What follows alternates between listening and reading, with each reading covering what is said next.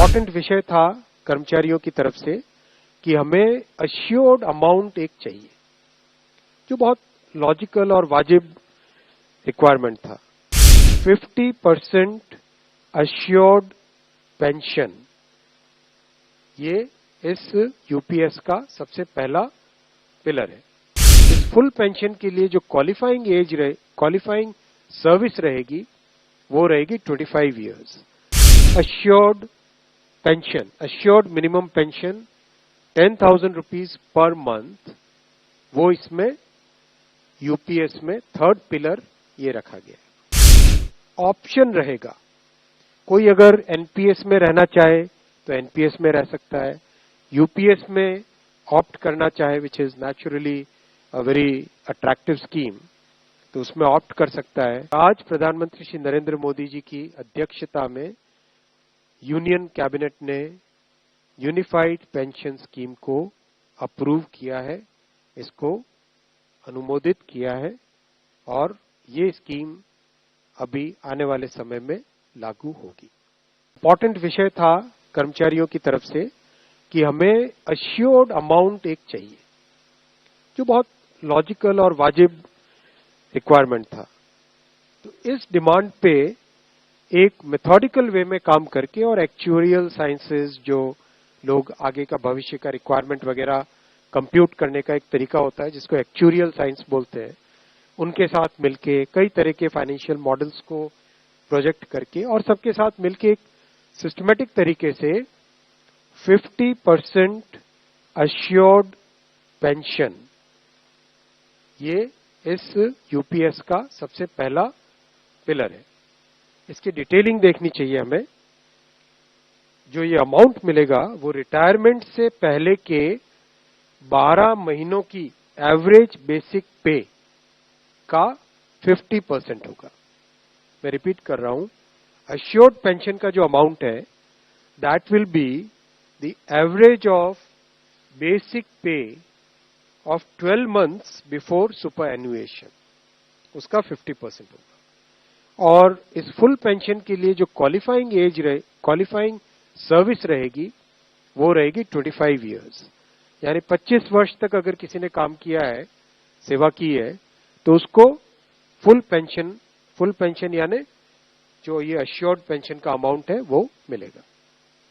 25 साल से अगर कम है लेकिन 10 साल से ज्यादा है तो उसमें प्रोपोर्शनेट पेंशन रहेगी, प्रो रेटा वो पेंशन का अमाउंट बनेगा। जो कभी किसी कर्मचारी की डेथ हो जाए तो फैमिली पेंशन एक बहुत बड़ा, स्पाउस के लिए ये बहुत बड़ी एम्प्लॉयज की एक रिक्वायरमेंट थी, डिमांड थी। तो सेकंड पिलर इस यूपीएस का है अश्योर्ड फैमिली पेंशन। किसी भी कर्मचारी के डिमाइज से पहले, इमीडिएटली पहले जो पेंशन थी, अमाउंट था, उसका 60% मिलेगा एम्प्लॉय के, डिसीज्ड एम्प्लॉय के स्पाउस को। ये सेकंड पिलर है। थर्ड पिलर है अश्योर्ड मिनिमम पेंशन। कई बार देखा कि सर्विस कम होती है और कंट्रीब्यूशन जितना हुआ है उससे एक सफिशिएंट अमाउंट नहीं मिल पाता था, और ये अपने आप में एक बड़ा विषय था केंद्र सरकार के कर्मचारियों का और एनपीएस में जुड़े सभी कर्मचारियों का। इसीलिए एक minimum assured pension, assured minimum pension 10,000 rupees per month, वो इसमें यूपीएस में थर्ड पिलर ये रखा गया। इसके साथ आगे वाले पॉइंट को जोड़ के करेंगे तो अगर डीएनएस रिलीफ यानी महंगाई से रिलेटेड रिलीफ जो मिलेगी तो वो आज की तारीख में होते होते करीब 15,000 रुपए पर मंथ हो जाती है, which is a substantial relief part of this entire pension system. Fourth pillar है इन्फ्लेशन के साथ इंडेक्सेशन। जैसे केंद्र सरकार के एम्प्लॉयज के लिए सैलरी में डीएनएस अलाउंस होता है, उसी पैटर्न पे जो इंडेक्स है, सेम इंडेक्स को यूज करके all India consumer price index for industrial workers, इसको यूज करके assured pension, assured family pension और अश्योर्ड मिनिमम पेंशन, इन तीनों के तीनों जो आपने पिछले पेज पे ये तीनों पिलर्स देखें, assured pension, assured family pension और अश्योर्ड मिनिमम पेंशन। इन तीनों के ऊपर इन्फ्लेशन इंडेक्सेशन डीएनएस रिलीफ के बेसिस पे मिलेगा। डीआर, डीए की जगह डीआर, डीएनएस रिलीफ। पांचवा पिलर है इस स्कीम का lump sum payment at superannuation in addition to gratuity. ये एक तरीके से बहुत ही इंपॉर्टेंट और बहुत ही बड़ी एक रिलीफ मिलेगी। जब सुपर एन्युएशन होता है तो उसके बाद में इंसान अपनी लाइफ को प्लानिंग जिस तरह से करना चाहिए तब कई बड़े खर्चे आते हैं, इसलिए ये लंप सम एक अमाउंट तय किया गया। यह है कि हर 6 महीने की सर्विस के लिए मंथली इमोल्यूमेंट्स विच मीन्स पे एंड डीए कंबाइंड, उसका 10% अमाउंट।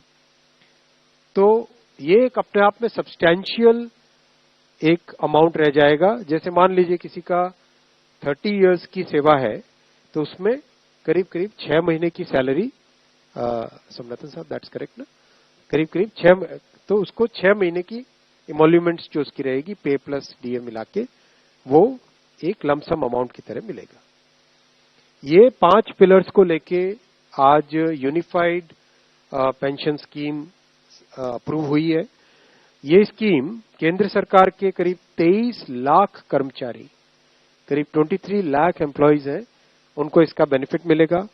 ऑप्शन रहेगा, कोई अगर एनपीएस में रहना चाहे तो एनपीएस में रह सकता है, यूपीएस में ऑप्ट करना चाहे which is naturally a very attractive scheme तो उसमें ऑप्ट कर सकता है।